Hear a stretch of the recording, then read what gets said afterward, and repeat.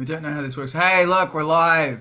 Did I even type in everything right? Yeah, I think I did. What? Got it. Okay. Hi, welcome. This is The Art of Rock.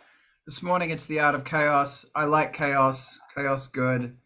We've got some nice things to talk about today. First and foremost, I would like to acknowledge the Tongva people as the traditional landowners of Los Angeles, California, on where I am standing right now. This is The Art of Rock every Saturday at 9 a.m. or 9 a.m. LA time, 12 p.m. Oh, fuck, I don't know. I'm just going to stick it in the thing and I'm going to give up talking. There, that's it. It's now. Wherever you are is now. How I just said something really enlightened, by the way. Now, always, right there. I should talk about thinking in 4 dimensions, by the way. It's been on my mind again. It's been on my 4-dimensional mind. Join us for The Art of Rock because it is rather entertaining and I find it fantastic. It's brought to you by Angelspit's Patreon. Many of the members are here. Some of the members are here. And fucking thank you so much. And I will keep you going. Wow, I'm having the strangest issue with every time Windows updates, something weird happens with the text pad. And now weird things are happening with the text pad. Sounds and Shadows is a great place to go to because it's amazing and it rocks. This is now officially pissing me off. There's a thing called the Industrial Incisions playlist, which has got a whole bunch of the bands here and a whole bunch of old bands. And I would love it personally if you would seek it out and go listen to it because it's amazing.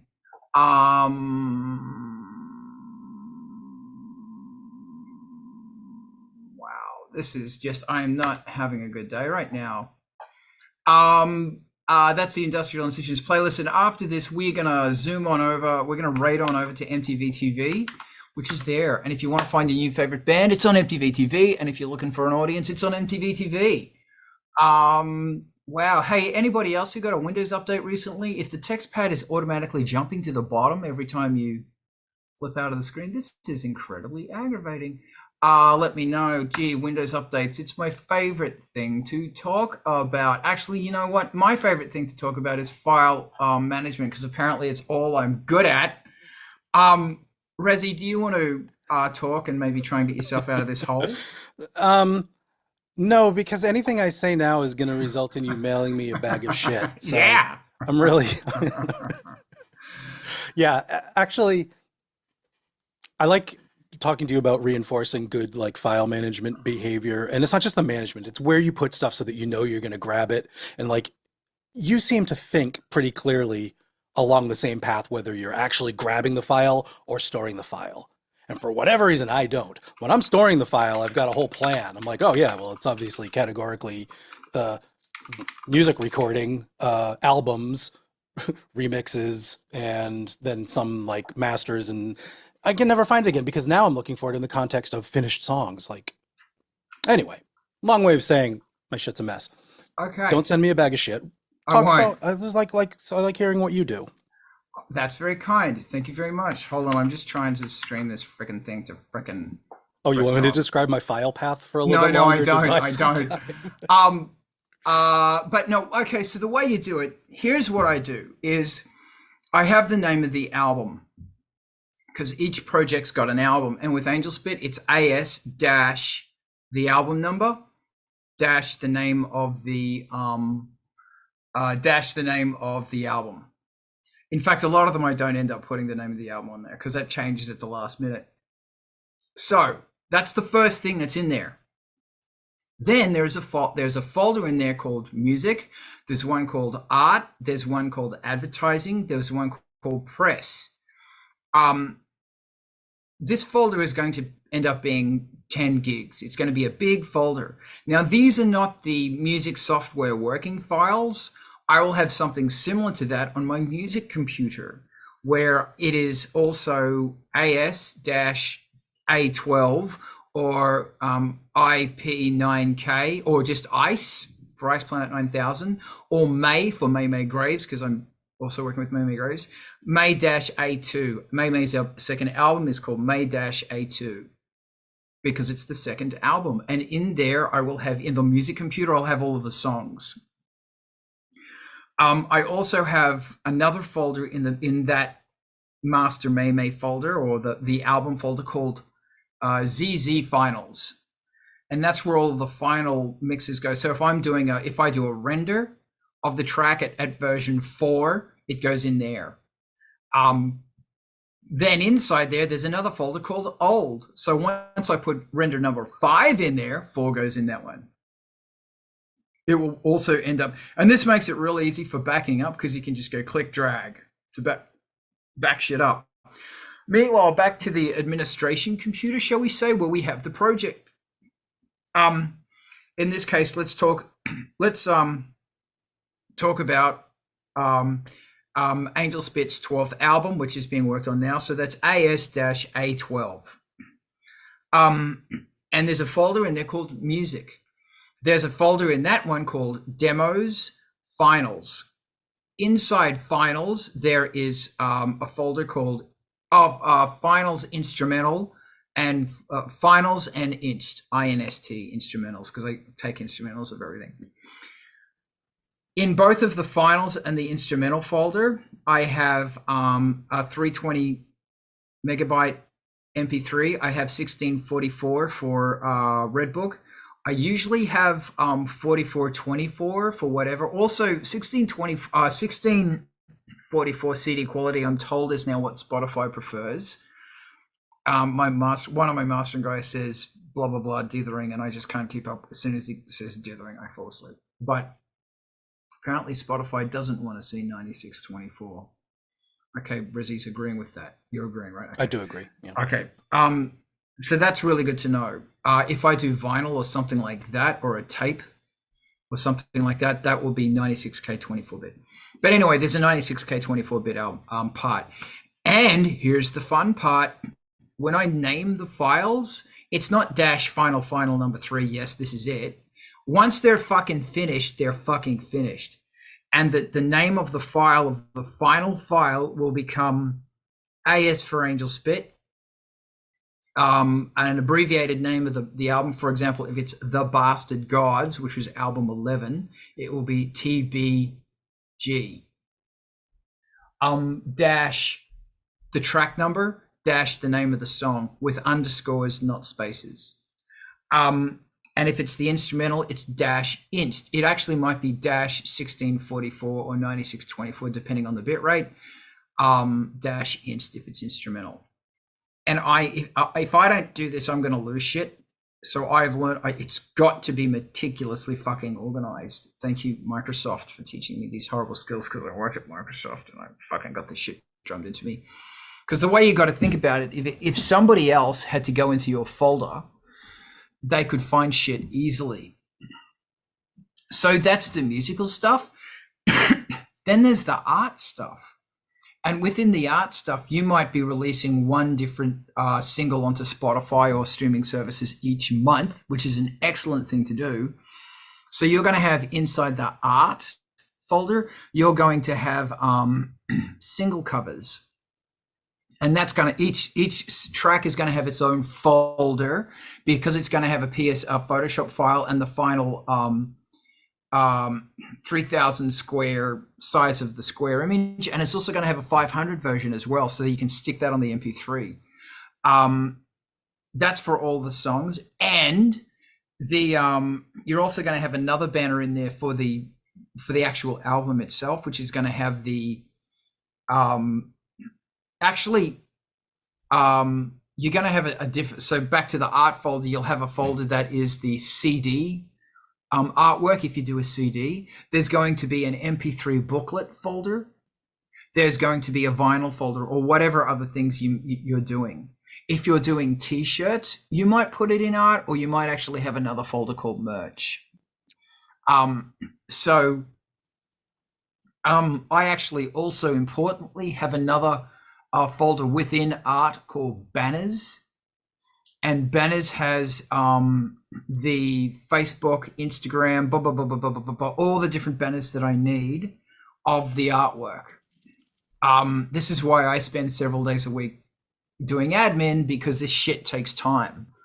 And And all the banners are different fucking sizes. Like Bandcamp's this thin, skinny thing, and then YouTube's this massive thing that it only focuses on the middle bit, depending on what device you're on.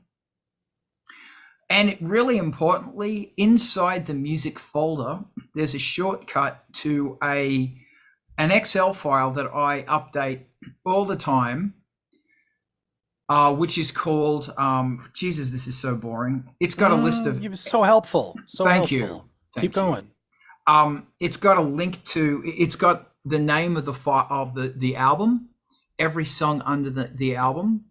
It's got the UPC barcode number for the album, and if I'm releasing singles, it's got them as well. It's got the ISRC number. When I put mine through my Pro, which is APRA is going to give me a special number. It's got the time, the length of it. It's got the BPM. It's got the... Basically, at a glance, it's telling me everything I need to know. If I wrote it with somebody else, it's got the splits. It's the master shit that a record label wants to see. So when I'm uploading it to DistroKid or whoever, I can just copy and paste that line. And remember, if I go through DistroKid, they're going to supply me with a barcode. I'll use their barcode because it's saving me a bit of money, because fuck buying barcodes anymore. And I'm registered as a record label, which I think is free.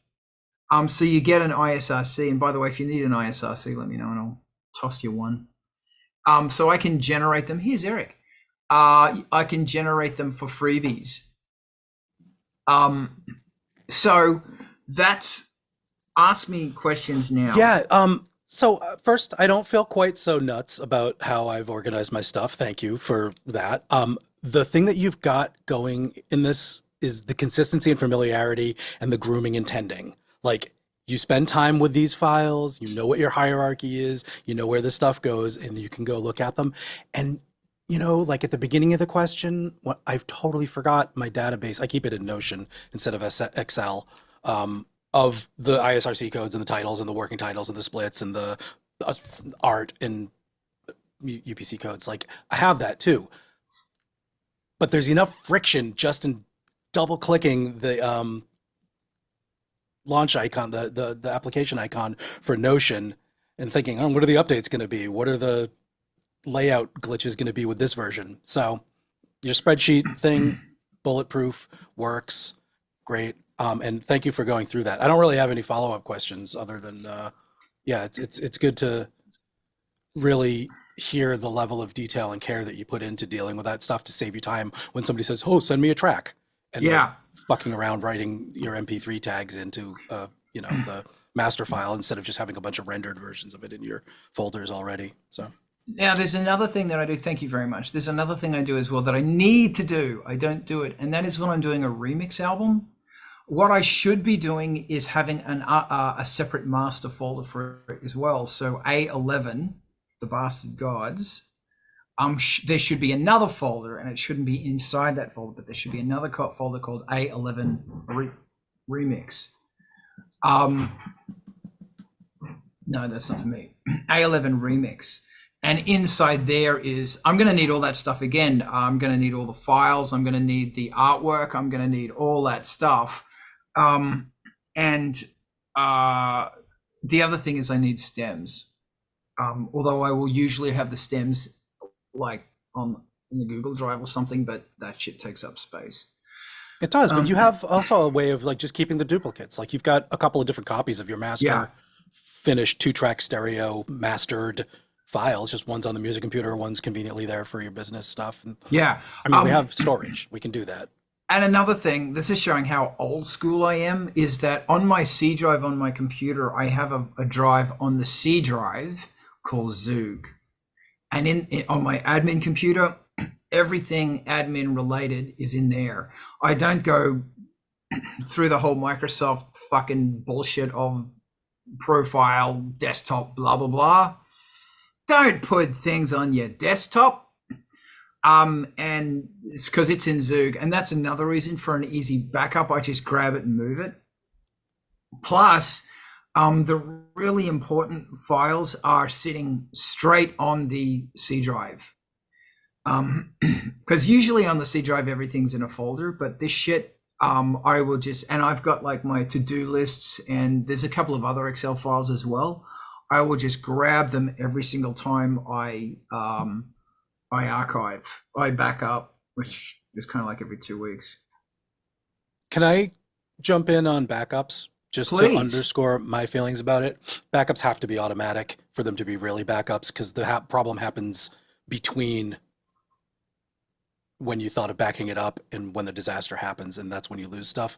But this is just sort of a pet thing where you've got your copy, you've got your local backup, you've got a remote backup off-site, and you've got another copy, which could be off-site or local. But main thing is triplicate. The working copy is, consider it gone. The backup that's local, consider it gone because your house just burned down. The remote copy, likely to be saved, but the other remote copy is the real safety. And this stuff is cheap to do, and there's automated services that do unlimited quantity backups for all your internal storage, and you can just keep putting up terabytes of files constantly as you go.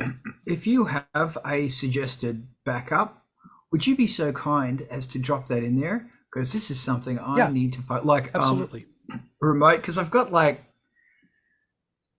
stuff, but it ain't enough. People confuse like synchronizing folders and web cloud storage with backup a lot too. Like, oh, it's on my Google Drive, which is synced, and it's on my Dropbox, which is synced, because if you delete your local copy, it mirrors the deletion remotely too. So, they've come a long way with having, perpetual recovery for that stuff, like file history. But yes, I happen to use CrashPlan. I'll put a few other ones in the chat. Okay, cool, fantastic. The topic is file management. Does anybody else want to put in for file management, or do we want to move along to therapy? I see the finger of Eric. I don't know how to raise my hand on my phone. I haven't figured it out yet. So I keep my music stuff on its own computer. I have a mirrored drive. They're solid state ones. I found if they weren't solid state, you mirrored them, it's just too slow for the DAWs to work effectively. But I use a kind of a network drive that I got from Best Buy for like $200. It's like 2 terabytes. I put everything on there when I finish a song, and I don't actually connect to the internet with my music computer. I actually use that network drive to move downloads, presets, stems, stuff I get from other folks, from my work computer to the network drive, and then move it to my computer one. So it just kind of protects me. Also, the DAWs don't like all of the safety software running in the background when you're doing it. So it just makes me nervous every time I'm opening up a file, or especially when someone I don't know is sending me stems.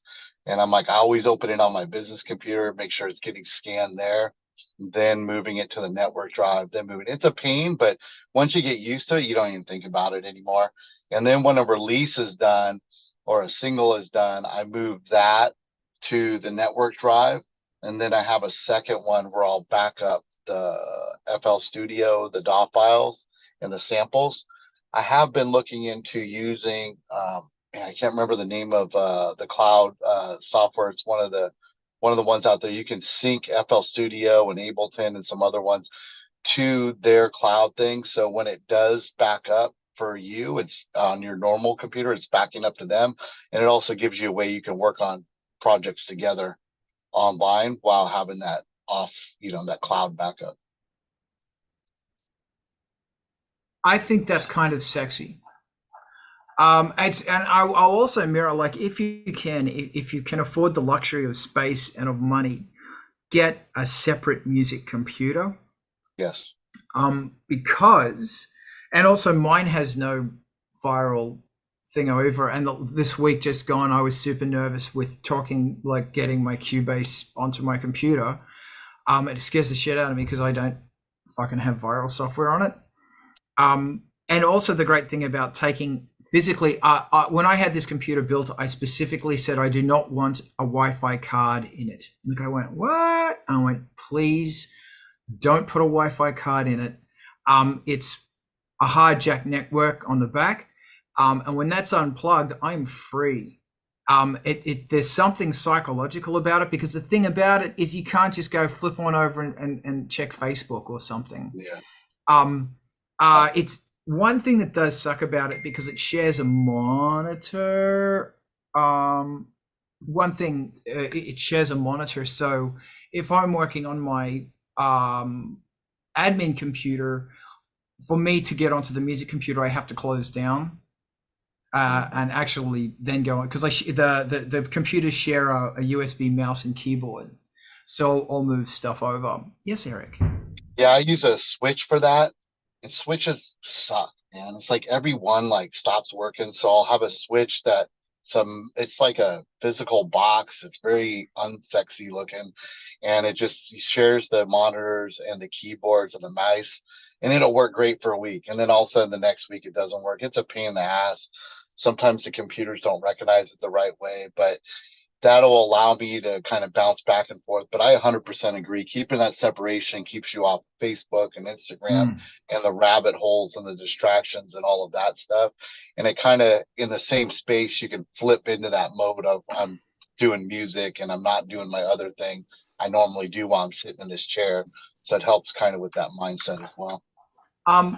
Yeah, and it's I'm just making a note of the stuff that Raziel. It's really good because yeah, that's the really big win of not using like having a separate computer is that there is a mindset of you're unplugged, you're free, and it plus if you're gonna turn the thing on, you're gonna turn it on for a while. Razi, what are you thinking?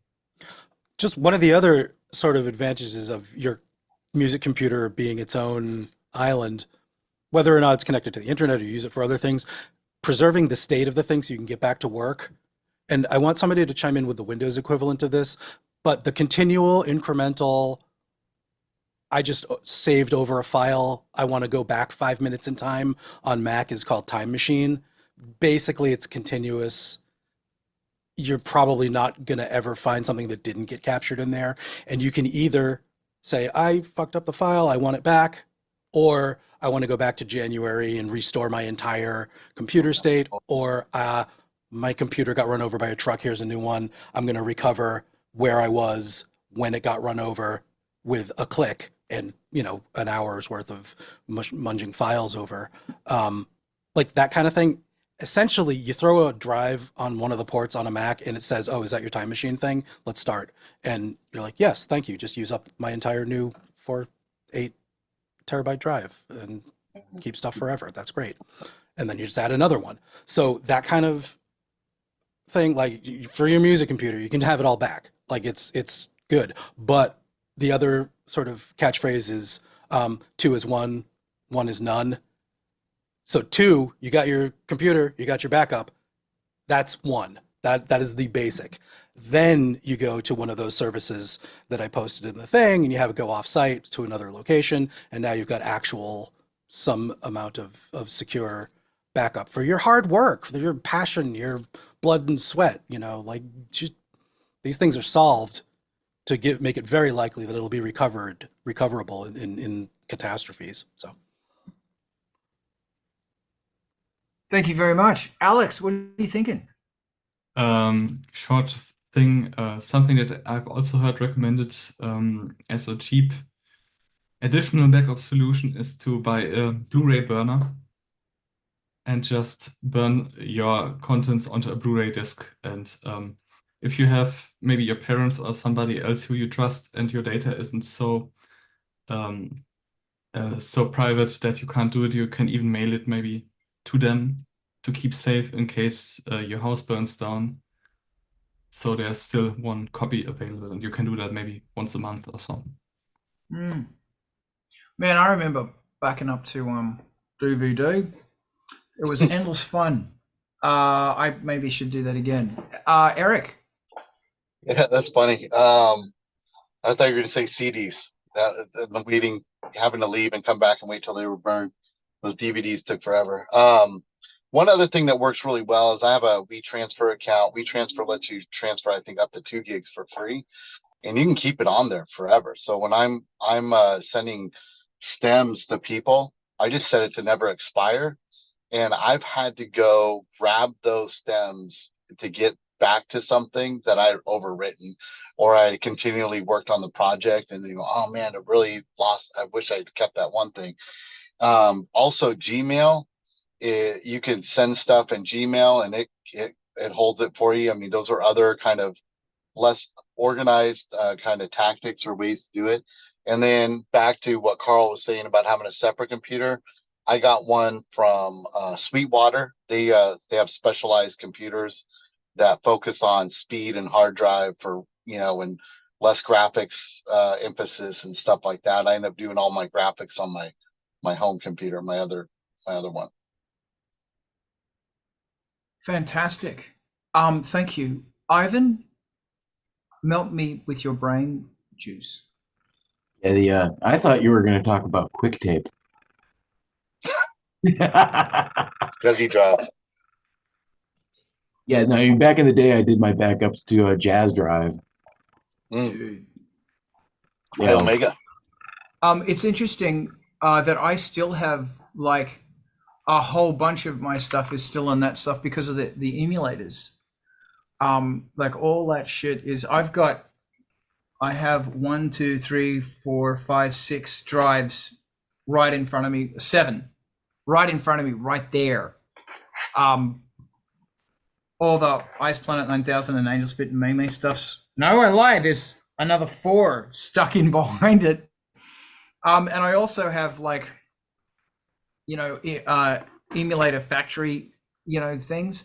And it's hard. Okay, this is another interesting thing is that with every song, there's an Emacs file, and the Emacs are actually on. 2 of them are on USBs, and the USBs are DOS compatible. The file on it is a special file that Emacs, which are not DOS compatible, can read. So I can just back up these drives, and it's great because each song's only about a meg. And constantly, when I'm finished a song, always updating the backup. The other interesting thing is that it's hard to do that on the emulator because the emulator is not DOS compatible. Emulator 4, different versions of the emulator 4 are, but mine is not. So I have to make several zip disk backups, because the thing about a zip disk is the second you drop it, they fucking die. Or if you tap them or something, they just fucking die out. Ivan, reminisce with me.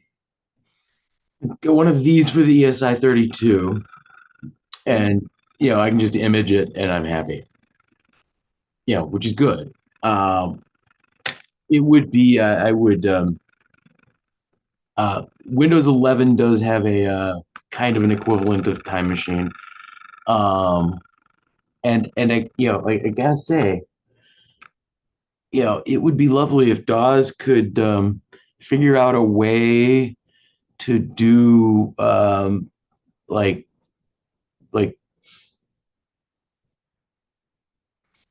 developer level version control. I'm really used to using GitHub to manage my stuff, and being able to manage like this with that would be stellar, because then it'd be much easier to share what's going on with other members of the band, because they could they could make changes, and either they get merged or they don't get merged. It would be non-destructive and it would be easy to roll back.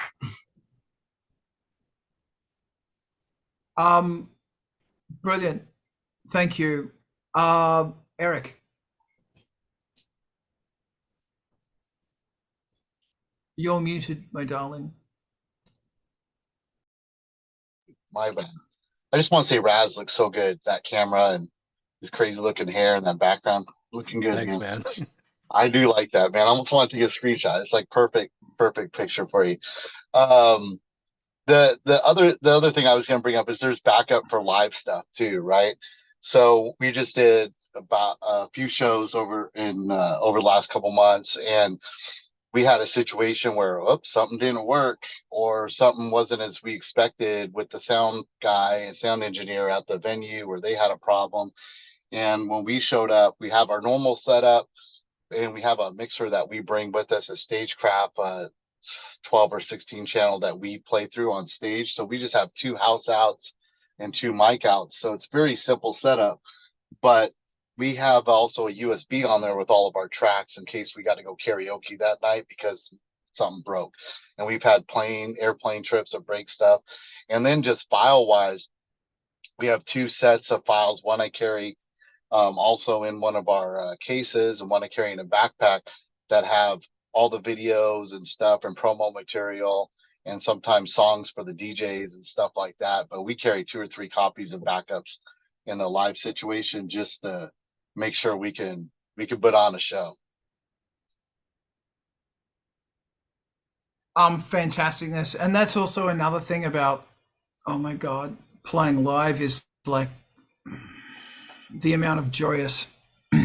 Razi, what are you thinking?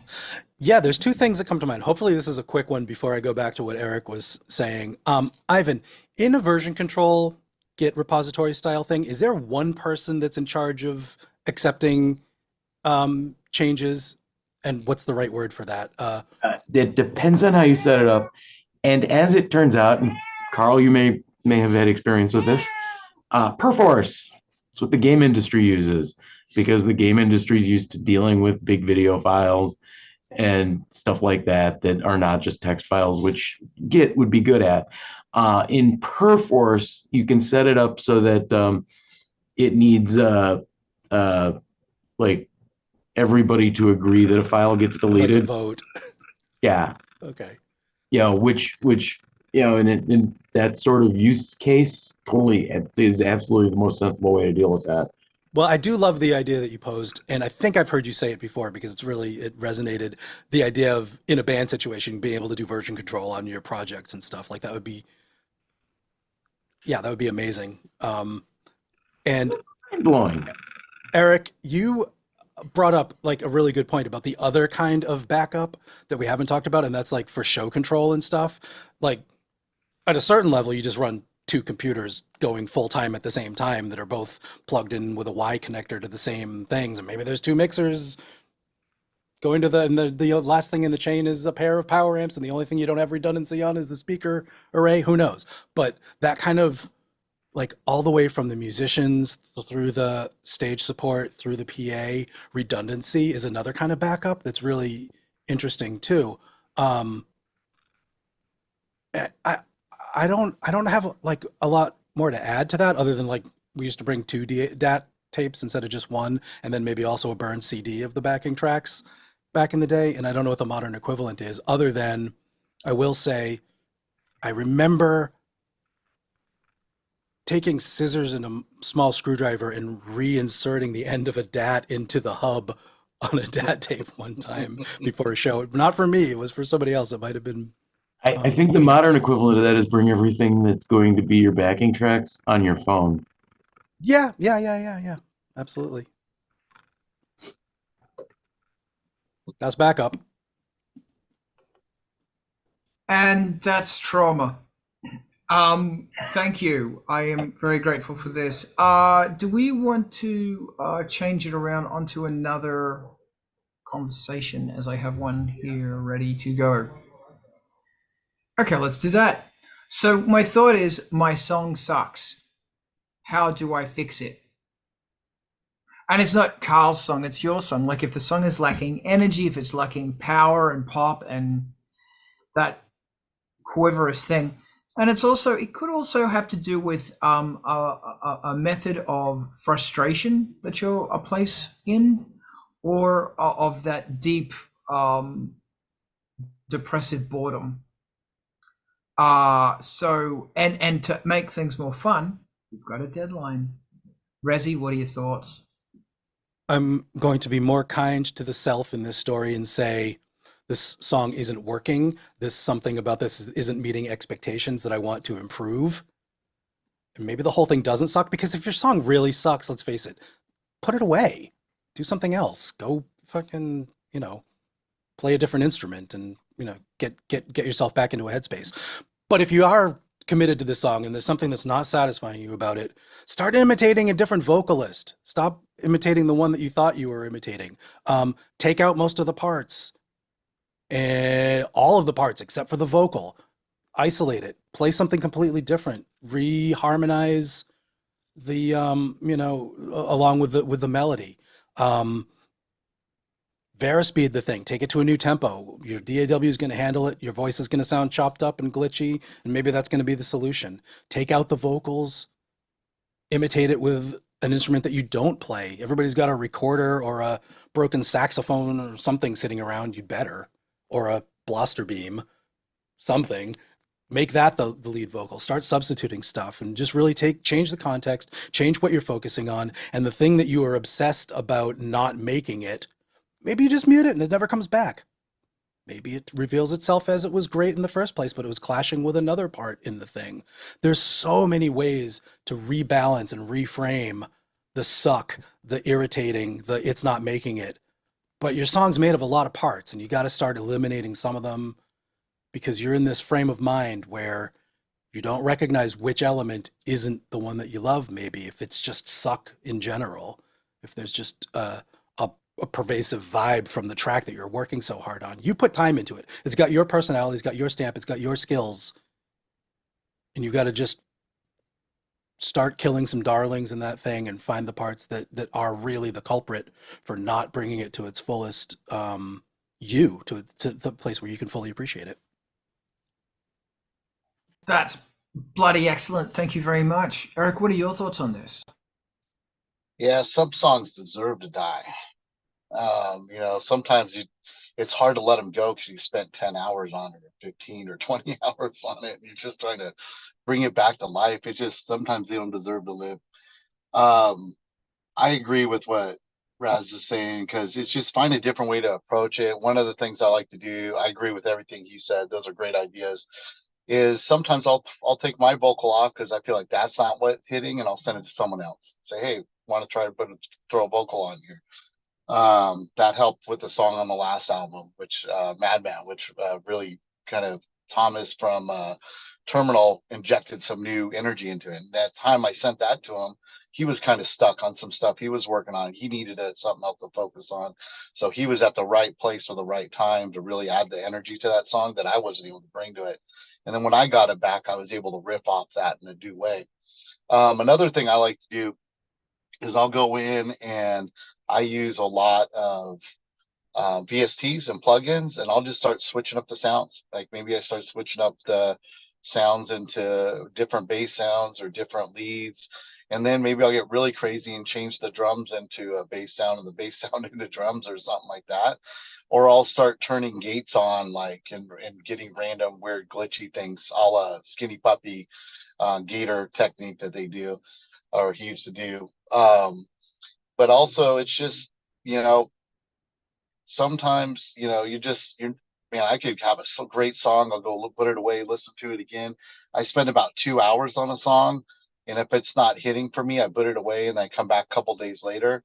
And if it doesn't have that energy, I give it about 30 minutes to an hour. And if I'm not figuring out how to get the energy, even from basics like the drum and the bass, it's probably a done song for me.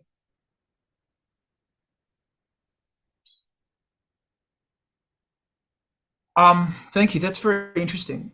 Okay, so if I was to when I do this sort of thing, I will look at the different parts, and I will go, okay, if I pulled everything apart right now and I played this on a really dinky keyboard, playing the riff, the bass riff or whatever riffs, and the vocals with a really standard beat, would it be a strong song?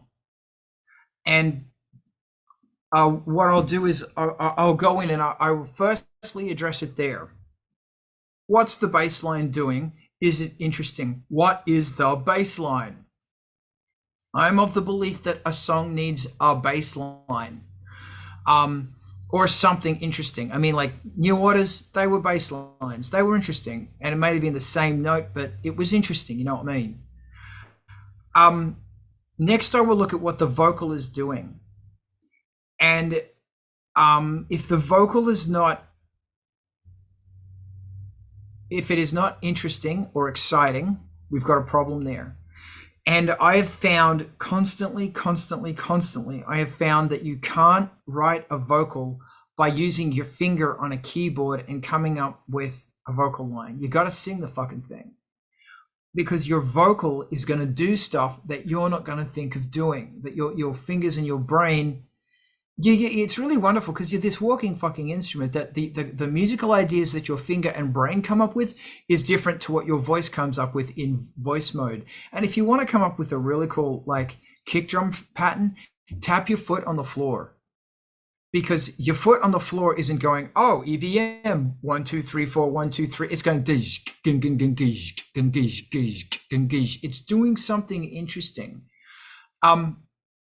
Also use your mouth for drums. Like your mouth thinks totally different to your foot, thinks totally different to your brain. It's really interesting how your finger seems to be mostly connected to the intellect, but your mouth it's kind of half attached to the animal or the inspired or the free, as well as the intellect. And in certain times, maybe that's why we get into so much trouble with our mouths, because our mouths have a tendency of saying what we're really thinking. And maybe we should utilize that in our music. Wow, I think I just had a moment of understanding.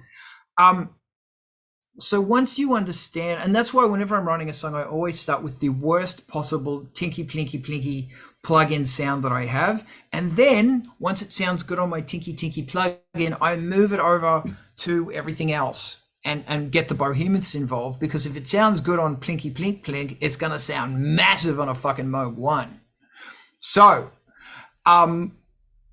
also, what are the lyrics saying? What's the chorus saying? Is the chorus fists in the air? Fuck yeah. Because if it's not, for me, rewrite that shit. If the lyrics aren't, it's really interesting. I listened to a whole Angelspit the other day just by accident. It came on that I listened to the album. I never do that. And I went, that didn't suck. Because in my memory, all my albums suck, because that final moment of where the whole thing comes together in the compositional journey the song takes, like, you know, you spend, let's say 40 hours easily, 40 hours on a track. But the moment it actually comes together is an hour at the end. My brain's been re-stamped with that other 49, 39, however many hours of it going, this sucks, it doesn't work, it's not going on. So I don't want to hear the fucking albums, because my memory is like poisoned with this. I listened back to it and I went, hey, it doesn't suck. This is great. Those lyrics to me mean everything.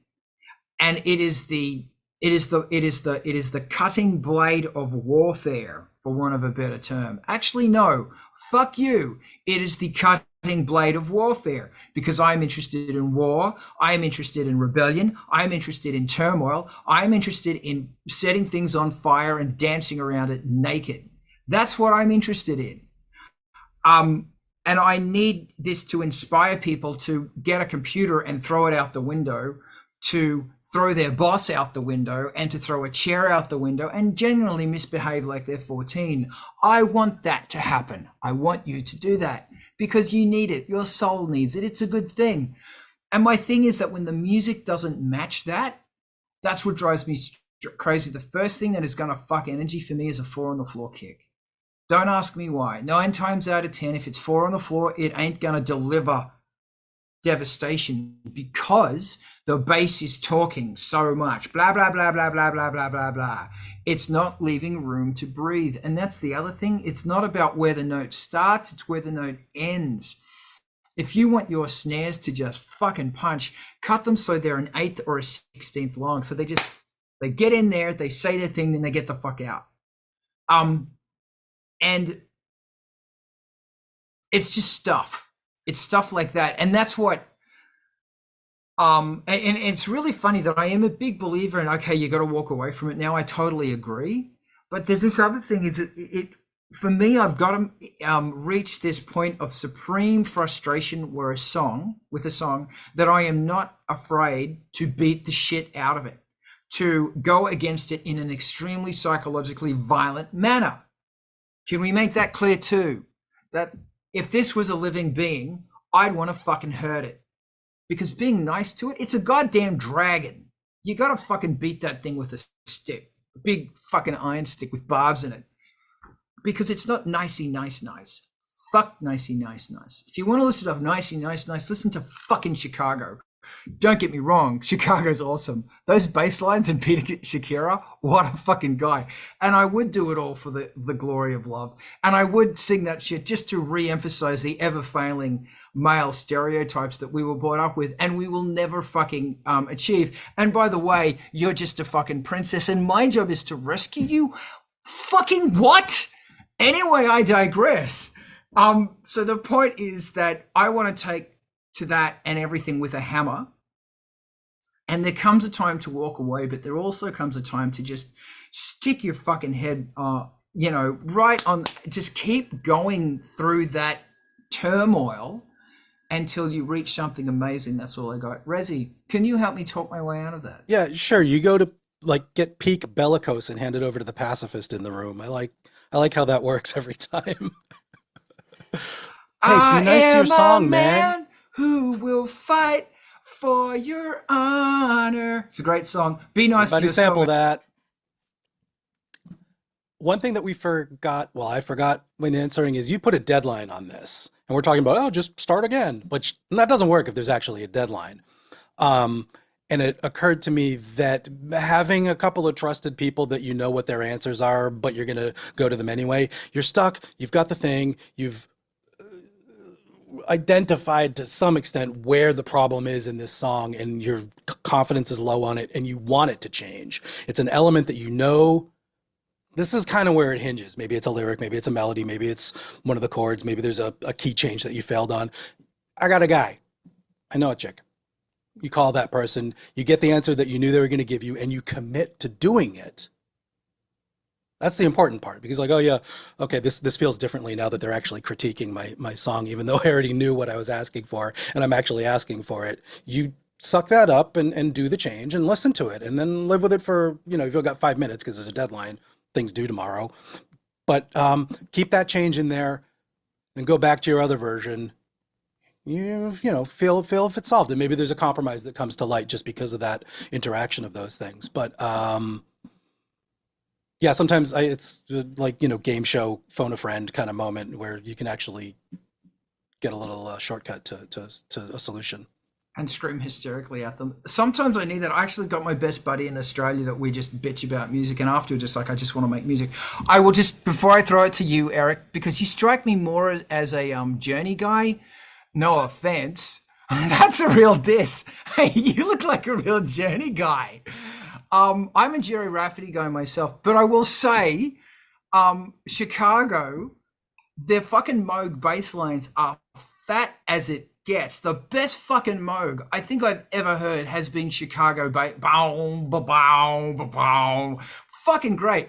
And another thing they do, listen to more Chicago. What the fuck is your problem, Rezi? There's more Steve Perry songs that I love than Peter Cetera songs that I love. Fuck. That's all. Listen to the bass. And I'm telling you, man, when you're walking through Walmart, as you do, and they play a Chicago song, as they do, you hear it and you go, that's Chicago. The only thing that's got the bottom end and the thing that the bass lines walk, and they don't always play the root. They go to the third or the fifth, and that's what the emotion is. So, Eric, Journey guy, tell me your thoughts. I'm a Kenny Rogers guy because you got to know when to hold them, know when to fold them, know when to walk away. No, you wish you were a Kenny Rogers guy. You're a Kenny G guy. Yeah, baby. I'm a Jethro Tull guy. I'm more Roth. I'm a Jethro Tull guy. There's no harmonies. I'm anti-harmony. More flute. Raz, I totally agree with that. That's a brilliant idea. I forget to do that way too often. And I keep kicking myself when I haven't looped Carl into getting him into being one of those guys to get feedback, or any of you guys in here to get that feedback. I'm going to commit on the Discord to put stuff out there that's not done and get you guys feedback. Especially, I'm going to find a song that's not working for me and get you guys feedback. I'm going to make that happen on my side. And then, Carl, there was so much gold in that last group of stuff. There's like 3 or 4 shorts that need to be on YouTube that were just brilliant statements. Some are inspirational, some funny. Got to figure out, start making some of those. I recommend that. People need to hear that stuff, and many people are only going to hear this in 30 or 60-second sound bites. The other thing I was going to throw out there is I get comfortable recording my vocals over the last few years in my studio, sitting there low, monotone, whispering, being mean, self-compressing. I've learned that after I start singing these songs live, after I've released them, I start singing them differently and better. And I've actually put more hours into the melodies and what works. And I'll hear remixes from people, and they'll do key changes that I didn't do, and I'll learn from it. So what I've started to do is not be afraid. Like, someone sends me a remix back on a song I haven't released, I'm like, I might need to put that key change in the real song, key change. Or the one or I'll now what I'm starting to do is I'll go to where my practice studio is, and I'll start singing these songs there first and really get inspired and open up. And I think it gets that more visceral thing you're talking about, throwing the chair through the window. It allows you to have that, what would I do on stage? I'm thinking through it. When I write my songs are almost 90% of them are like, what's the crowd going to react to in a live situation or a club situation? If I'm not feeling like they're going to be into it, I need to change how I'm doing something. Absolutely agree. Thank you very much for that. It is the importance of live, and is like going into a rehearsal room and just cutting loose. Get this picture. You in spandex. Like, all of you, I want you to think about this. You in spandex and a blonde wig, and a cut down the middle that's letting the hair of your chest come out, being David Lee Roth. And I mean tight spandex. How would you sing the song right now? And by the way, go listen to Yankee Rose. Jesus Christ, that is one hell of a vocal delivery. The vocal delivery on that track, and Hot for Teacher, is off the fucking chart. Like, that guy's a maniac. He's hitting 10 every single goddamn moment is a 10, except when he wants to reach down between my legs and put over. Sorry, that was Panama. Another track. If you want to wake up to the best day of your life every day, listen. Your alarm is Panama. Goddamn, Panama will get you in the mood to bring the fucking rock. I'm telling you. I forgot what I was saying. Something about spandex and something about bright lights and your city lights. All right. I'm talking about the Raziel. Yankee Rose. Panama. That the Steve Vai, Greg Bissonette, and Billy Sheehan. Can group you that go was on wrong? Skyscraper.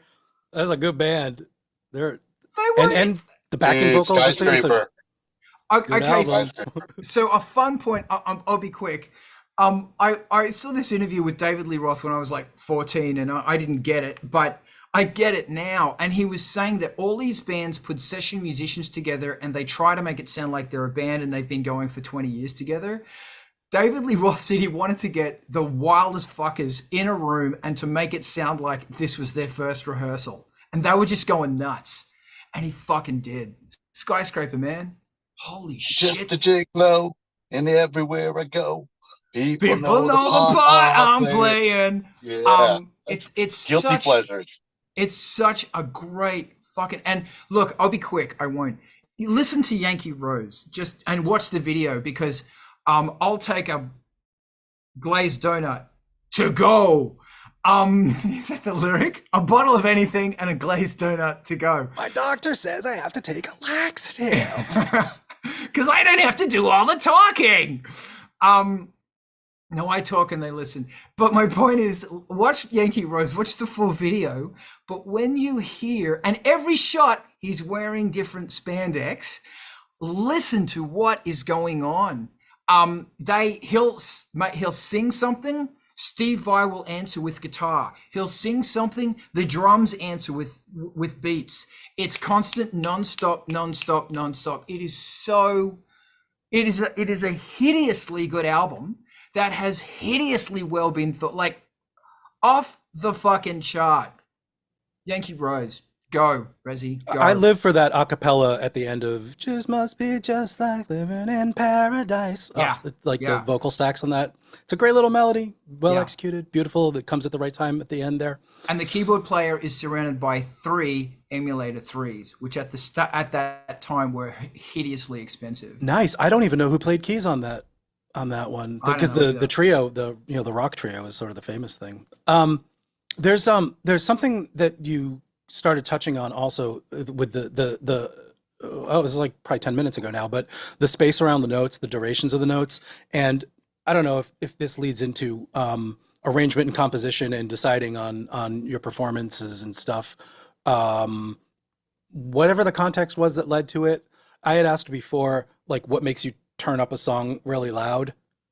And that right there is one of the things, when the notes are the right duration, when there's space around all the things, but it seems like a magical cohesive whole somehow. And I do think there's a lot about that rock trio with David Lee Roth singing and the synth pads that fills up all the space, but it's staccato, and there's still moments where the instruments hand off to each other properly, and it doesn't rely. And the reason I started thinking about it is because you mentioned Van Halen, obviously, with the David Lee Roth thing, and that is just the rock band. Guitars panned off to one side, some little amount of bass in the middle, drums, vocals, and there's space. There's room for the performances.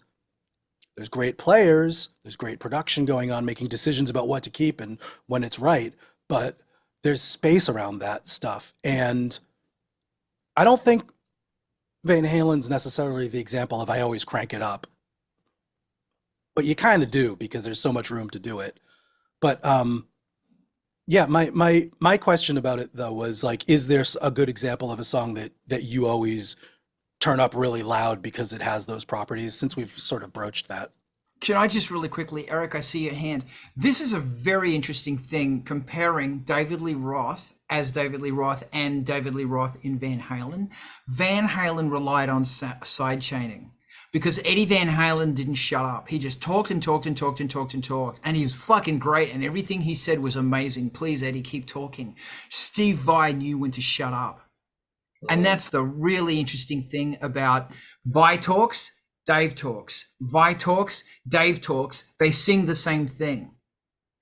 And you know, in the beginning of Yankee Rose, Steve Vai is doing his talking guitar. Hey, Dave. Yo, what's up? I don't know what's up with you. Ha, ha, ha. You have to hear it to understand what the fuck I'm talking about right now. But that is a perfect example of the way that Dave and Steve talked. They didn't talk over each other. They talked. And that is a really important part about when the song isn't working. Usually I've got this massive blaster beam going and a massive Moog 1 going. They can't exist together. They've got to talk like that. You got to cut them in and cut them out, or it's going to suck. Eric? It's funny. I was going to go to side chaining and call and response too. So I think we're on the same page there, because that call and response that you just talked about with those guys translates to a better live show too, because it's so much easier to understand what's going on, and you feel the power. You get the dropouts, you get the responses. Things don't just burn it in a change. But what I was thinking from what Raz was saying before you mentioned that was, even if you look at the most straightforward dotted 8, 16 notes music like EBM and EDM, the shortening those notes is kind of where that space is created, and then side chaining the kick into the bass. And then you look at classic Suicide Commando and stuff like that. You know, they got that gallop kind of bass that they play in all these songs, and the only way you get that is by creating that space on the bass and hearing the last part of that first note. And the first part of the bass note is actually cut out almost completely, if not all completely sometimes, by the kick. So it's creating that space, and then moving those notes slightly on or off in the right places, or maybe making one longer or shorter. You start to get that groove, and it creates a space, it creates a groove for you to put all the call and response that does need to be in there. And a lot of times the call and response is hard for us to hear in our songs until we start to do them live. And then we go, oh, we need to go change that. And that live, that interaction, and the way you described it, Carl, with Steve Vai, is that's we're trying to do more of that to get that feeling, you know. And sometimes it's not even being in the practice room. You got to get on stage and sound check, take time up for 5 minutes to do a song to really get that feeling going, or do it right after a show or something like that. Absolutely true, man. Once again, it's live. And the thing about live, when you're working with musicians, I'm making a differentiation there with musicians. By the way, musicians listen more than they speak. The trick to being a good musician is listening and adding to the conversation. And Adam, I'll be quick. I won't. I just mentioned Waldo. Sit down, Waldo. From Van Halen. That kid, his name, he was a childhood actor from Hollywood. His name was Brian Warner, who became Marilyn Manson. I shit you not. Rezi. I forgot about that, and it just replaced everything I was thinking about. Space between the notes. Eric, you mentioned a really important thing about the duration of your bass notes on your 16th note and 8th note dotted 8th note basses and stuff. Like I have a soft spot in my heart for a synth that doesn't have velocity sensitivity, so you've got to find other ways to make the accents. And doing that duration of the note, where you've got short, short, short, short, they get longer, and there's a little legato, short, short, short, and you can actually do some amount of putting an LFO on the note duration or doing it with a controller. Obviously, you can do the same thing with volume and filter, but duration is a really powerful thing. When the note fills up the beat or the note drops away really quickly, that changes your perception of how loud it is, how prominent it is, and it changes the groove. And if you can make that thing groove with just duration, you're onto some serious funk. I mean, there's some shit there that just like motivates. It's like what makes a song move.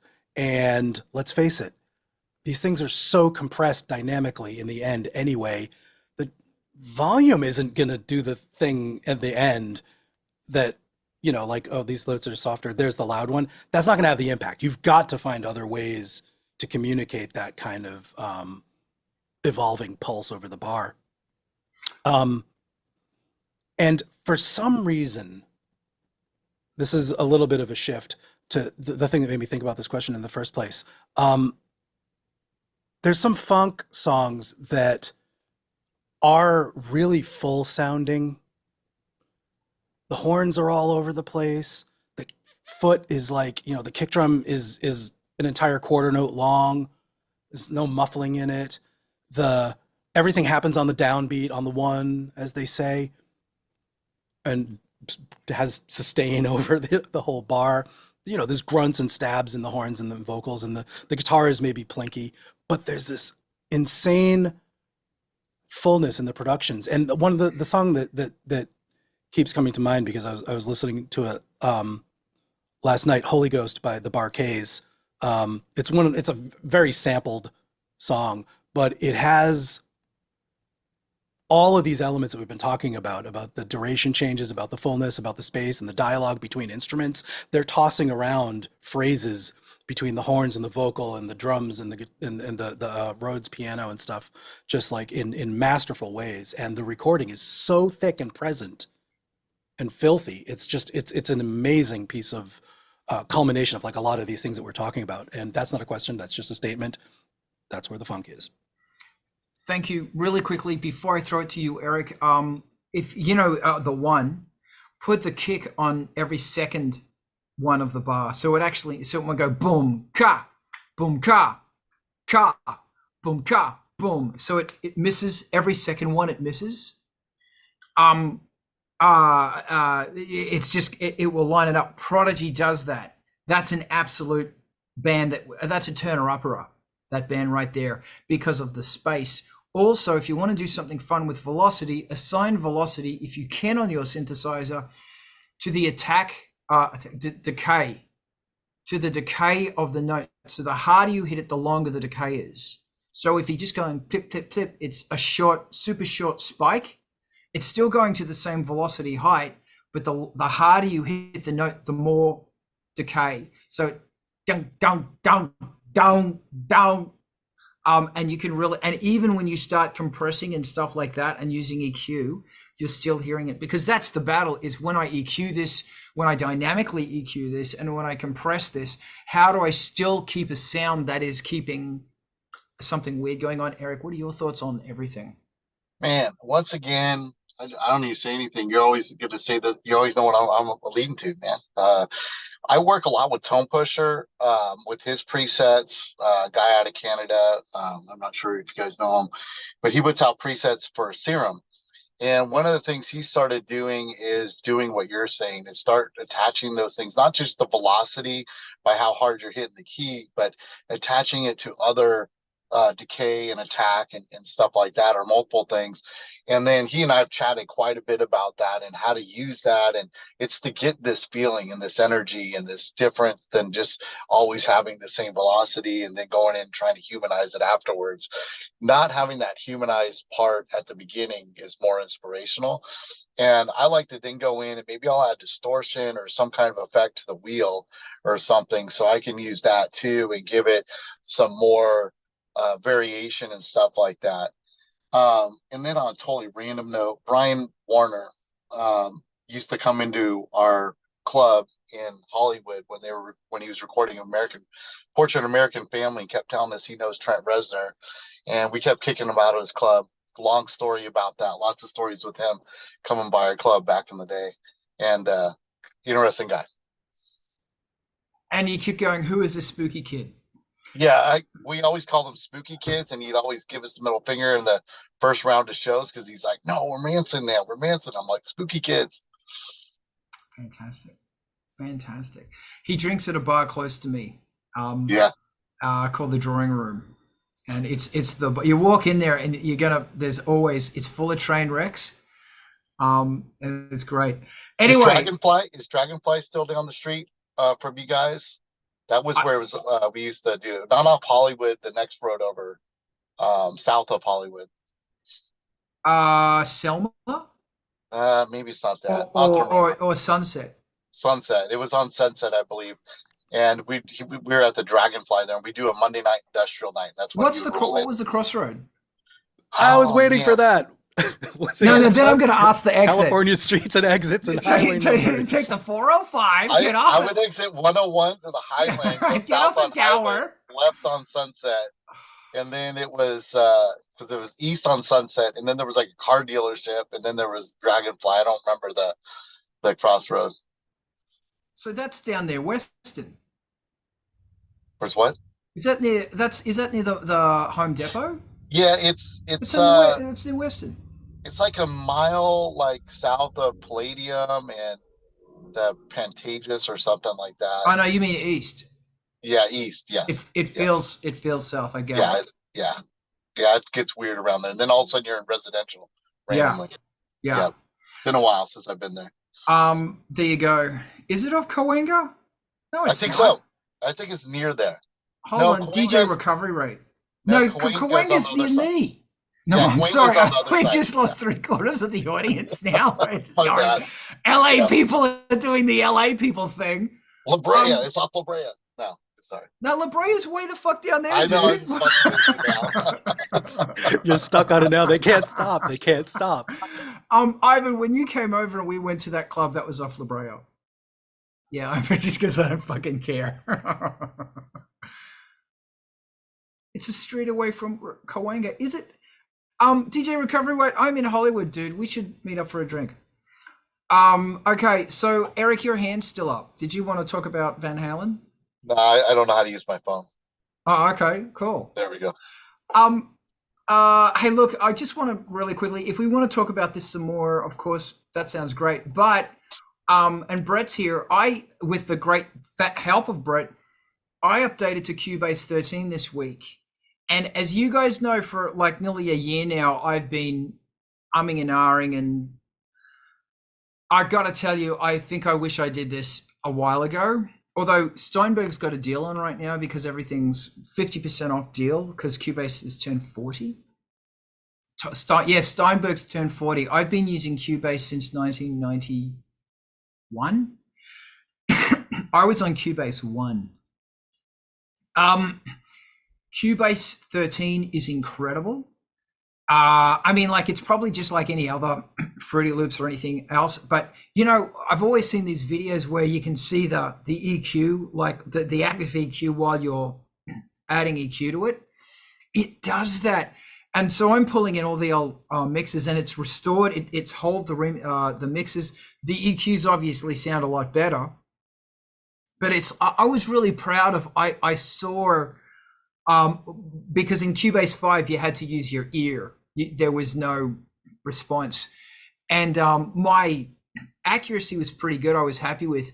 It's got a high pass filter and a low pass filter, as well as the 4 parametrics, and I'm starting to use a lot more low pass, like actually listening to a sound and going, you know, there's elements in that sound above 6K that don't need to be there. I'm going to shave it off. And I'm using a lot more low pass as well. That I always used a bit, but I'm putting, like, because dude, I'm using fucking analogs and they go all the way down to DC. So talk about traffic nightmare, talk about DC. Go to DC. Thank you. They go all the way down to DC, unlike back to the bridge, to Brooklyn Bridge. And what was the other one? We're gonna fight for you, right? We're gonna No Sleep Till Brooklyn. But DC gets the bum. It gets the bum steer, doesn't it? Because it just means it's so low, it's messy crap. DC. But all these other cities get cool things, like Chicago is everything, etc.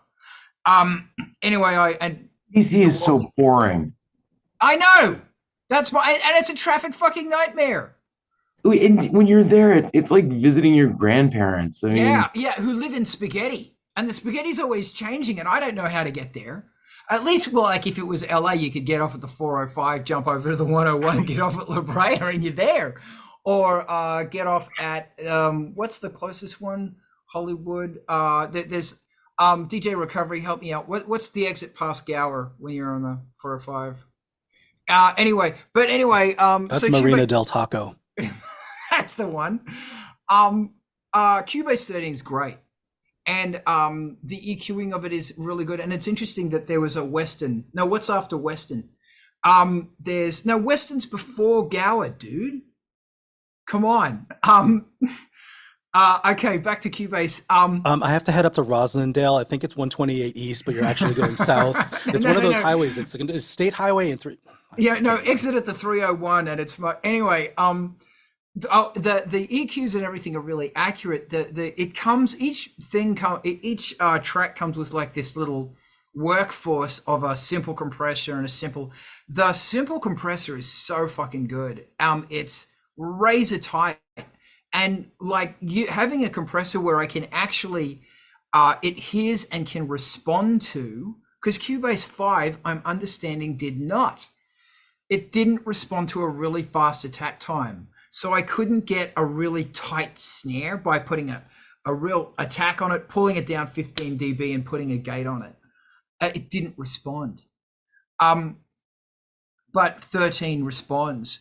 And I had this isotope plugin that was like a multi-band and that I put over every single bus. It doesn't have that because that's a 32-bit because it's from fucking 2003. So I'm just using the built-in Cubase stuff, and it's really good. And what's great about it is you can work on the subtlety of it as well. So the mixes I'm doing are much less squished and much more subtle.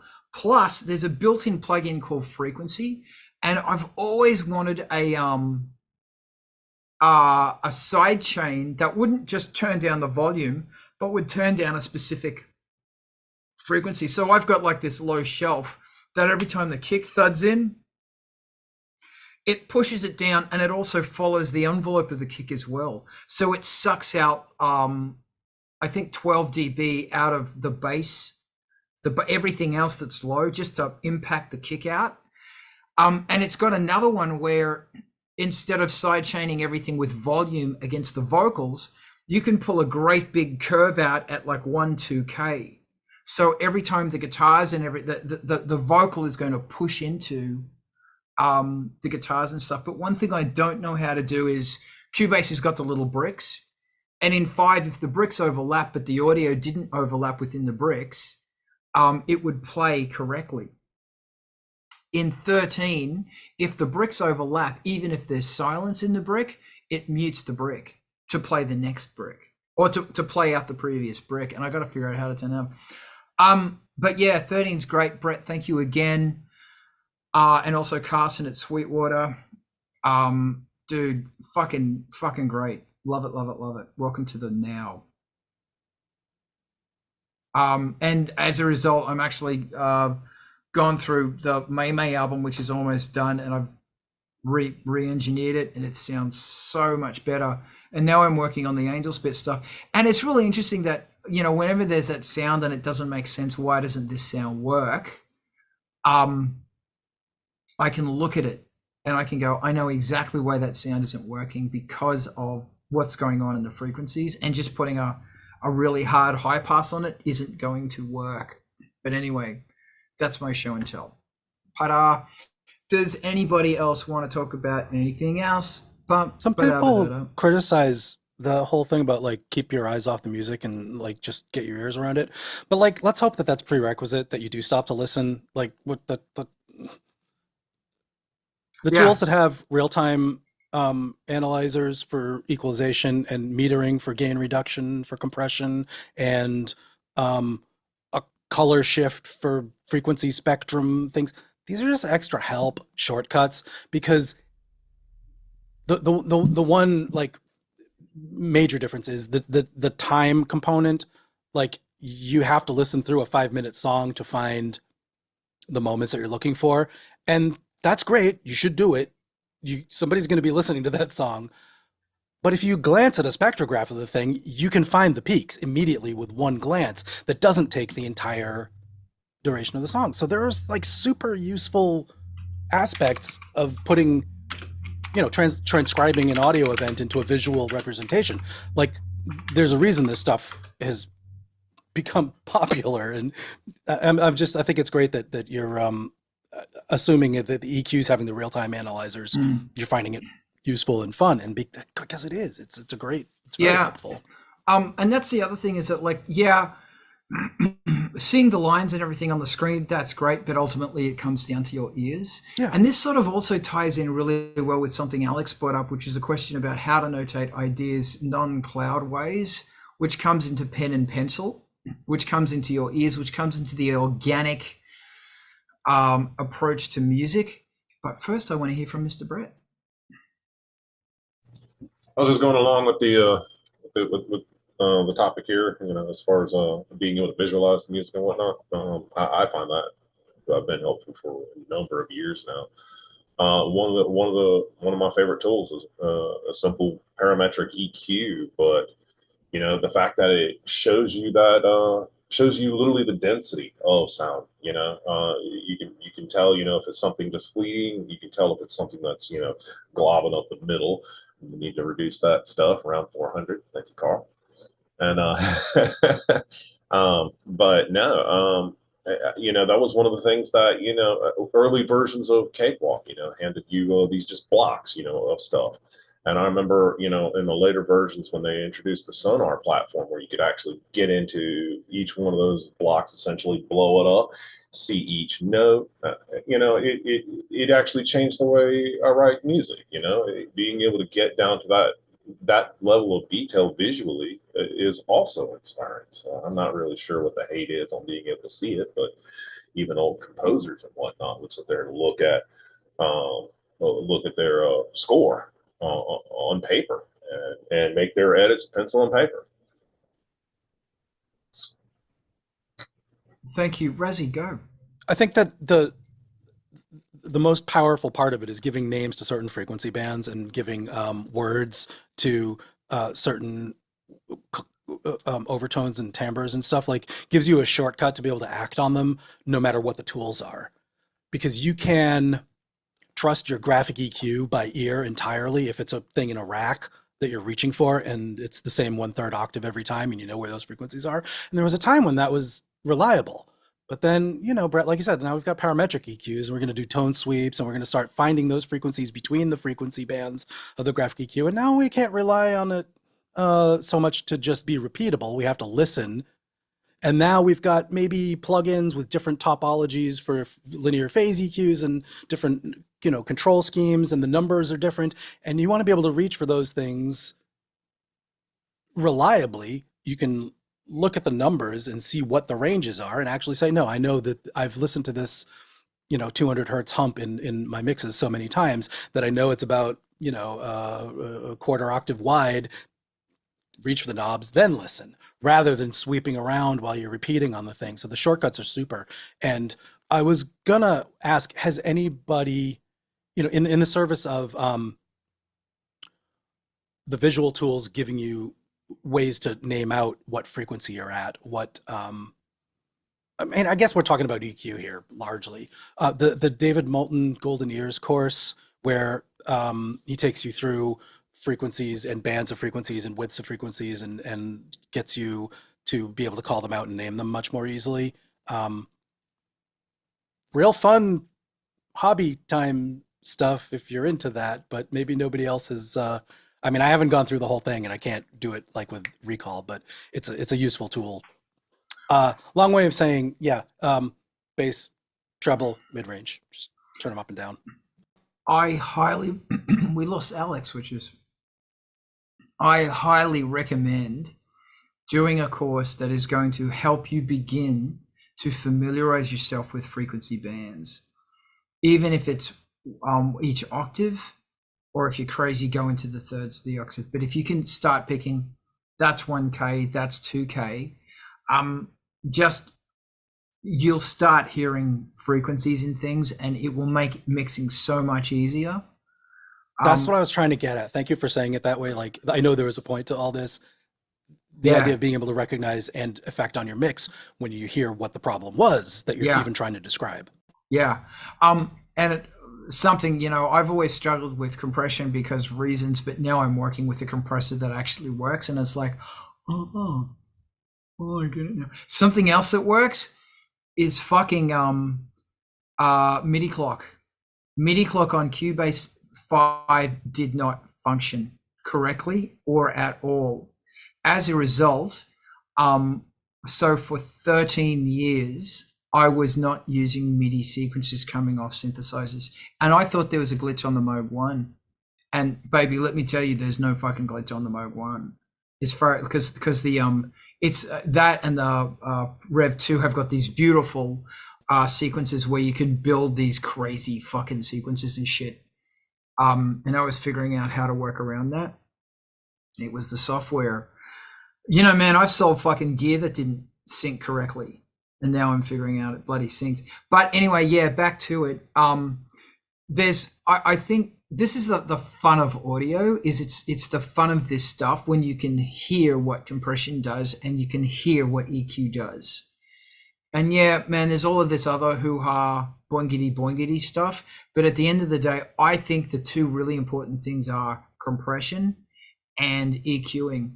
And also the thing about compression and EQing is you're going to bus those things together, then you're going to compress and EQ that track. So that bus might have 3 guitars on it, and each of those guitars is all EQ'd and compressed. Not that I compress guitars much, but that final bus of those guitars will most likely be then EQ'd and then compressed a little more. And it's always 400. Why is it always 400? Like 400 is always this muddy frequency that's trouble, that it just builds up. And I've always gone, like, there's got to be a reason in physics why every single fucking house I've ever played, every room, 400. Always 400. Human hearing. Yeah, but it's also when you look at the, absolutely, yes, it is human hearing, because that's where a lot of the definition, well, not really definition, but the thump of a vocal is at 400. But because 400 is useful. You need some 400. 200, you could notch out, take it all down. 36 dB cut, no 200. But the song's going to sound okay. My issue is that 400 shit for me always, welcome back, Eric. Things always it builds up. And even when I'm looking at the magic lines, because some of the mixing desks and stuff at places that I've worked have got, you know, a spectrum analyzer, I can look at it and I go, there's a great big bump at 400 here. And if I'm tuning a room, 400, 500, man, every fucking time. Don't know why. It could to do with the acoustics of the room. It could be the build. I was going to say maybe like 10-foot ceilings are a node for maybe for that exact frequency. Maybe. Another thing Cubase have, which I absolutely love, is as you move your mouse along the frequency spectrum, you know, not only is it saying this is 2K, but it'll tell you what note it is. So if your song is predominantly in D, just pull the kick drum up a little bit at D.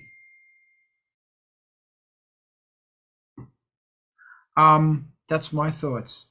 How does everybody else feel about this? I'm trying to learn how to raise my hand again on a different device.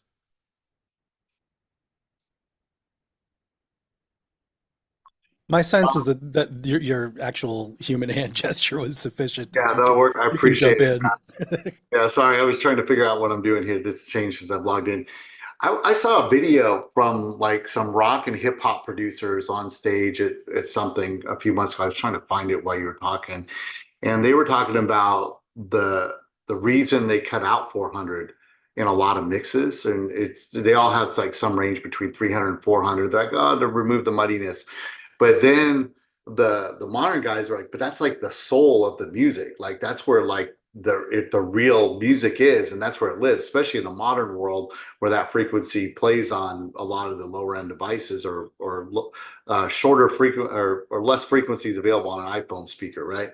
And the rock guys were in there and they were explaining why they cut it out in the 70s, and it was like something to do with production limitations on tape and putting it on record and doing the digital to analog conversion. That's a whole nother discussion, how people think the analog warmth of records that never existed past 1970 is better.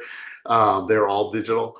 But they were talking about the limitations of their production, and that became the normal thing to clear up the mix for when it's played on most systems. And it just persisted into the 80s and 90s.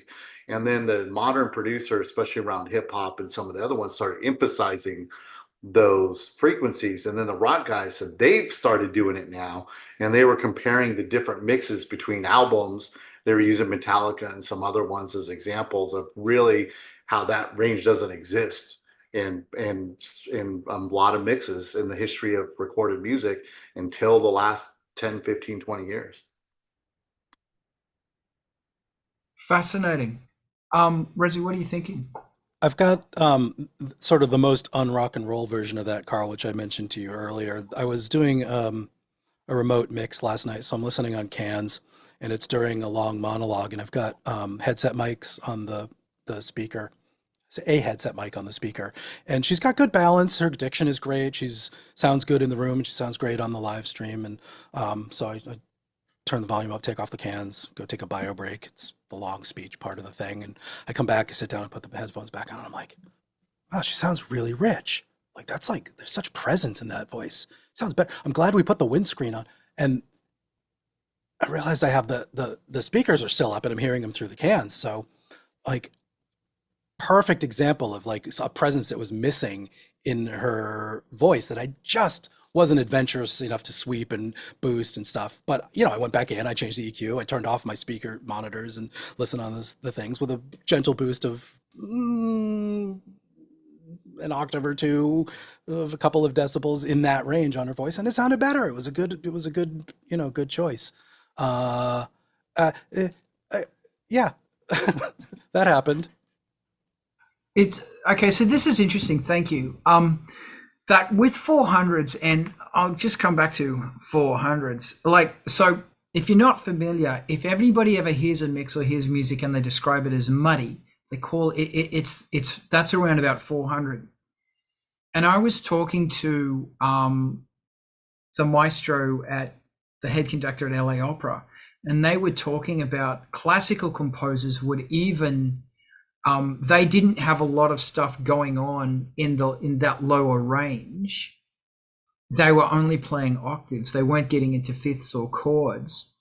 because that started to they do that above. So there were certain instruments that would be playing chords and stuff, because if you played them lower, it would get muddy.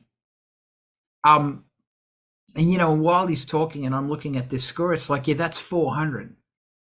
That's a G. That's the AG 440 area, which is right there on your keyboard. But that fundamental note is going, and there's lots of harmonics going on above it, but that fundamental note's going to cause mud. And it's what's interesting about it, you know, there's a good lesson in that to keep, if your pads are down there, you better be sucking out a lot of them highs. Yeah. And I lost my train of thought. Because with subs, something I will do is, that's why I use really crazy high pass filters, is that the only thing existing below 80, below 100, really 80, because that's where the roll off is a sub bass and your kick. One oscillator and one oscillator. That's it. And the kick is actually pushing into the sub, is sucking the bass out of the sub as well. And I do a similar thing. I'm trying to start doing a similar thing with 400s, is that I'm keeping it spare, but there will be one dominating instrument that's where it sits. And that might be a bass, which is an octave above the bass, or something, or 2 octaves above the bass, or the guitar, and or vocals, because the vocals has got a big thing there. Anyway, that's my spiel. That's what I'm still working. I have so much to learn in the ways of rock, which is a song I wrote in 1986, which went, I have so many ways to learn in the ways of rock. And it had this big bass. Thanks, Raziel. That's all I have. It's my lighter. Eric, so tell me about Journey. My favorite. I'm trying to get hand gestures to work. I was looking at videos about this, and like everybody says that's the texture range, like in modern mixing. Add texture 400. I don't take most of these. I don't take with a grain of salt. They're always missing something, or it's very kind of narrowly thought on these videos. You got to really know what to hear and what not to hear. But from advice from these guys, but 400 seems to be kind of that one that everyone kind of refers to it as texture, kind of add more. In mid-tempo, I hate that name for type of music, but Raz, you were asking earlier, like, what do you listen to for an influence? Like my songs I like to listen to when I'm mixing are mid-tempo songs, like a Rez song or one of the lesser known versions of Rez, but they have that main kick ducking out, just like you're saying, Carl, on the bass. Those are the only things below 100. The vocals are very high end or right there in the middle, depending on if they're down pitching them or not, what they're doing in that song. And then they have one thing kind of landing in that texture zone, that 400 zone. It's usually the vibe of the song. That's so fascinating. Yeah. It's a really good reminder about sound design and stuff. Is that because I love me some frequency modulation. I love fucking with sound. But the problem is, and when I'm making a sound by itself, it's this huge, complicated bass thing. You stick that in a mix and it's like, oh no, this is terrible. And that's actually something on the song I'm working on right now. It's like, because, you know, when the thing about the Moog 1 is you can make the most craziest, fattest, hugest fucking thing you've ever heard. So you do. And then you put it in a mix and it's like, oh, baby, we got to wind this back. We got to wind the monster in. Razzie, hit me. I start out crafting every sound like I want it to fill up the entire frequency spectrum, all loud all the time. Stack of guitars, DC to 20K, with texture someplace all in there. Kick drum, attack all the way up, bottom all the way down. Bass guitar, fundamentals at 30 and 40, and harmonics and stuff on the attacks, like the whole range, everything, distortions and stuff. And at some point, you know, you've got to start removing some things because your arrangement isn't perfect, and they're not doing Steve Vai and David Lee Roth dialogues where they're perfectly spaced out. So you do you drastic EQs where you shelve off stuff, or you do you know, like a real 24 dB high pass and take away a couple octaves at the bottom on some things, and you end up with something of a semblance of not competing. But for me, at the end of that, when there's still mud, when there's still a lack of clarity, I'm a whole octave down from y'all on the thing that needs to be dipped. And it's 200. It's between 100 and 300. There's a little smile there. And if I just had, like, without looking and listening, to say, okay, take out 5 dB, centered at 200 on every single track in the thing, I wouldn't miss it at the end of the day. And maybe it improved it, maybe it didn't, but I certainly wouldn't like miss it. Maybe I'm exaggerating and I've never actually done specifically that, but that's the sense that I'm given, is I just always go for the 200, 100 to 300 kind of thing. That's where my mud is. Okay, that's interesting. Thank you. Eric. Dragonflies Santa Monica and Western, just for the people that were hanging by the edge of their seat from 20 minutes ago. I don't know if it's still there, but keep going, please. Yeah, it may not be. So what you had me thinking of, Raz, is taking different mixing techniques, like putting them in from one genre to another, because genres are mixed very differently, right? I mean, there's some things that are always true about the slow end and the mid and the high and whatnot, and what it sounds like on different devices. And if you want more people to be able to listen to it, make it more accessible. But I like to listen to like certain types of hip hop or trap and then go produce an industrial song or an EBM song with those kind of producing styles. I like to produce even with compressors on and what it's going to be final kind of mixing state while I'm doing it, because I don't like to spend a lot of time on sound design when I'm creating a song. I like to do that in separate sessions, but I want to be able to hear all of these things while I'm mixing it. And I'll pull influence from other types of styles of music, dubstep, whatnot. Go, hey, why is that working? Can I do that if I wanted to make a Suicide Commando or a Frontline song? What if I took a dubstep approach to that? And I'm not trying to make it dubstep necessarily, or drum and bass, but I'll take those production techniques and then try to move the parts around in there. And I find a lot of fun in doing that. Excellent. One thing else I was going to add is because we all love distortion.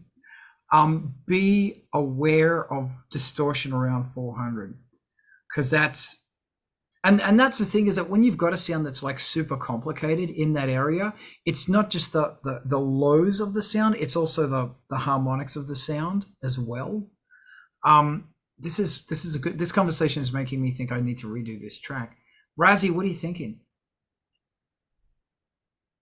You sent me the direct message of the fact that Dragonfly is closed, and I thank you very much, because I really am the perfect person to have that information, because last time I was in Southie at Sully's at the bar, I was looking for places, and that would be top notch on Broadway there. Yeah.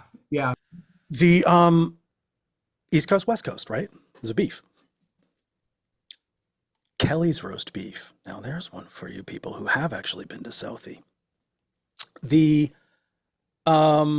skills that Eric was talking about, then you said things about California highways, and you said bar. Did you say bar on purpose? Right. Yes, Thanks for the Boston. Very deliberate. That's where the ban is cat. Yeah, okay, well, so much for that. I don't know. Eric, you want to repeat everything you just said so I can remember which nugget that I liked out of it? I think it was about using producing different type of genre techniques on mixing them together with other techniques. I was kidding. You really don't have to go through it again. I liked it, and I was going to expound on something. I like that. I can see it clearer now. I am jealous, dude. 100%. Thank you. Okay, so everything's got very random. Did we want to throw in anything else about, like, because we're getting close to call it a day o'clock. Yeah, I'm looking at this song because the first thing I brought up today was my song Sucks, and this has gone a long way towards trying to figure out how to make it not suck. Hell, this makes me want to be recording and mixing. I'm in the middle of not doing that. Excellent. That's actually why I was late today. I was up to like 5 in the morning playing with this stuff. Oh, good. What were you messing with? Actually messed with a new song in FL Studio. Literally kind of doing what Eric was talking about there. Blending styles. You know, I was looking for a little bit of inspiration, started going through FL Studio's cloud sample library, if you will, and I started blending. I have to go back and even listen to it, man. I was exhausted. I was half out of my mind when I went to bed this morning. It's really, that's great. It's really excellent when you have that opportunity to just put down chaos, or put down, you know, like, you know, what Razi was talking about with big sounds, everything, then EQ and sculpting it out. It's the same thing with the ideas, how you can go and being able to find that, and and making that way to, getting that chaos first. Eric, I'll throw it to you. It's really interesting. Every time you do this, I keep thinking Paul is dead. You know, kind of how he's got his hand over Paul's head in, what album is that? Paul is dead. Go ahead. I was thinking some Australian movie with this guy named Freddie, had some crazy hair. TV show was like a comedian back in the day, like in the 90s. I thought you would know it. I don't know it. But Brett made me think of something. Is like, you know, that 5 a.m. recording.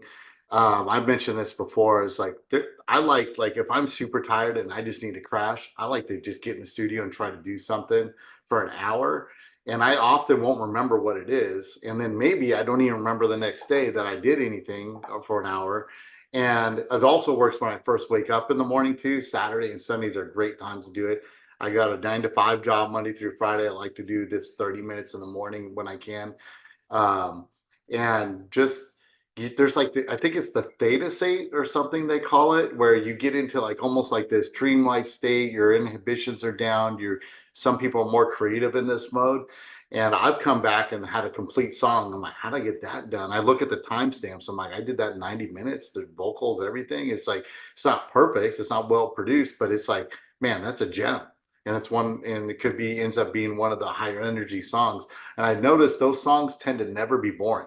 They tend to be weird or lots of energy and lots and more groove to them. It's very curious how, utilizing your mind when it's in that tired, frustrated state is possibly, because that's what an excellent, like, vocals, man. For me, my biggest thing is vocals, because I do unfortunately write fucking vocals with my finger on a keyboard and then I sing what my finger was playing. Yeah, I do. And then I get 3/4 of the way through the song and I go, fucking, I hate it. And I yell at the thing.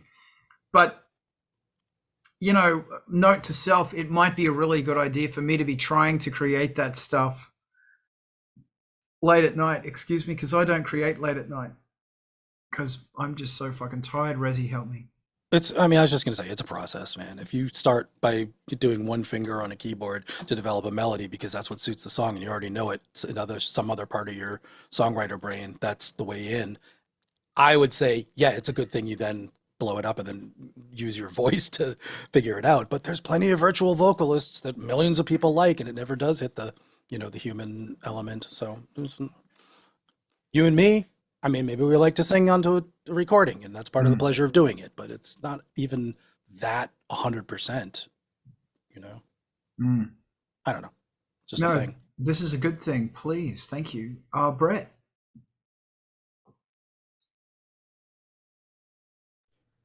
Yeah, there really is something, at least for me. When Carl, you actually messaged me yesterday, and when you messaged me, I was annihilated from the day. And it was literally everyone in the house was tired. It's like everyone but me was like in bed by 10, and I sat there and I'm like, well, it's way too early for me to call it quits. And I don't know. There's something about that hour between, or those hours between midnight and like 3, 4 in the morning. It's just that I don't know. Maybe it's the devil's hour or something like that. But it's great in terms of creativity for me. I find my ADD is less prone to just be scattershot. I'm not trying to. There's nothing else going on, no distractions, and it's just literally, I'll close the door to the studio, be in a hole, and I've got 5 minutes of something I got to review after this meeting. That's perfect. I'm just going to push in on Eric because he said that Rick Mail was an Australian guy. Rick Mail was one of the greatest English comedians of our time. And go watch The Young Ones. Yes. The Young Ones, the People's Poet. So it's really interesting that oh no, I don't want to lose a thought. Oh, it was a good thought. Oh, it had to do with music and it was awesome. It's really hard to hold another thought while the young ones are playing. I know it is, because I am the people's poet, fascist. I'm gonna paint myself white to deflect the blast. The blast. Anyway, damn it, it's gone. Brett brought up a really good point I wanted to add to it, and it's gone. Time of day, things about the inspiration, those muses, they come at night, and that's when your ADD is sort of in check, and you're in the mood, and you're in the mode, and you get something done. Well, for me, it's in the mornings. Oh no, that was the thing, is that when you're singing, like when you've got a drone, dong dong da dong da da da da dong dong dong, and you just sing over it. What you sing is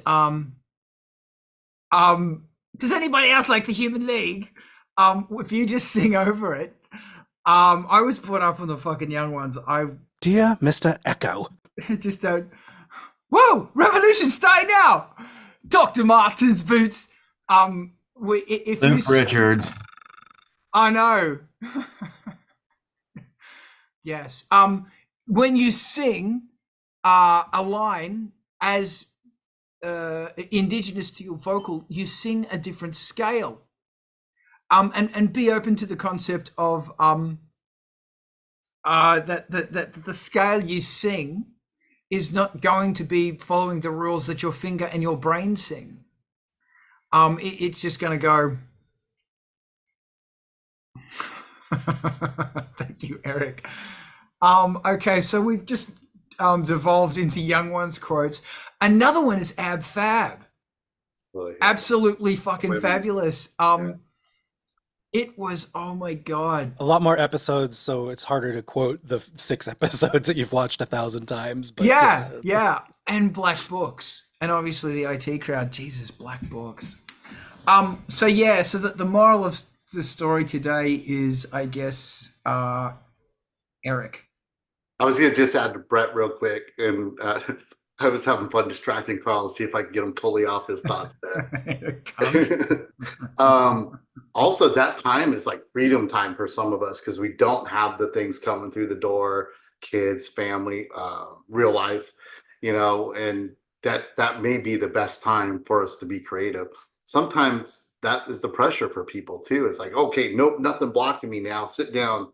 And it's just hard to get anything out too. And the chick from Ab Fab, the writer, I think she was married to Rick Mail.